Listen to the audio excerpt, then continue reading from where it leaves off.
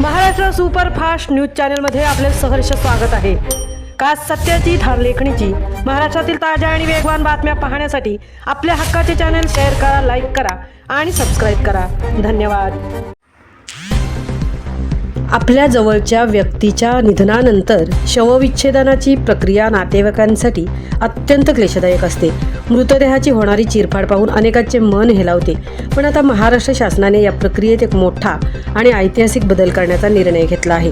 राज्यात आता मृतदेहाची कोणतीही चिरफाड न करता व्हर्च्युअल ऑटोप्सी म्हणजे डिजिटल शवविच्छेदन केले जाणार आहे। होय, हे तंत्रज्ञान पेट स्कॅन किंवा MRI सारखे काम करेल। अत्याधुनिक स्कॅनरद्वारे मृतदेहाच्या अंतर्गत अवयवांची अतिसूक्ष्म तपासणी केली जाईल। मुंबईतील प्रसिद्ध सर जे रुग्णालय आणि KEM रुग्णालयात प्रायोगिक तत्वावर ही सुविधा पहिल्यांदा सुरू होत आहे।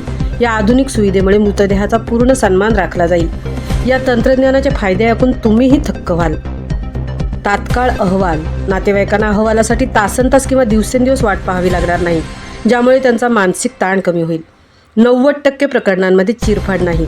90% केसेसमध्ये केवळ स्कॅनिंगद्वारेच मृत्यूचे कारण स्पष्ट होईल। केवळ 10% गुंतागुंतींच्या गुन्ह्यांमध्ये जुनी पद्धती वापरली जाईल। व्हिसेरा रिपोर्ट होणार सुसाट। जो व्हिसेरा रिपोर्ट यायला आधी 2 ते 3 वर्षे लागायची, तो आता कधी इतक्या कमी वेळेत उपलब्ध होणार आहे, अगदी कमी वेळेत। मानवी हस्तक्षेप नसल्यामुळे या अहवालांमध्ये मानवी चुकांना थारा नसेल। परिणामी न्यायालयीन आणि वैद्यकीय कायदेशीर प्रक्रियेत मोठी अचूकता आणि पारदर्शकता येईल।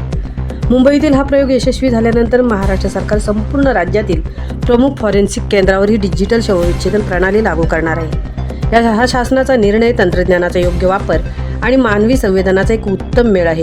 या निर्णयाबद्दल तुम्हाला काय वाटते, आम्हाला कमेंट करून नक्की सांगा। महाराष्ट्र सुपरफास्टसाठी संजय खांबेटेंसह तृप्ती भोईर, म्हसळा।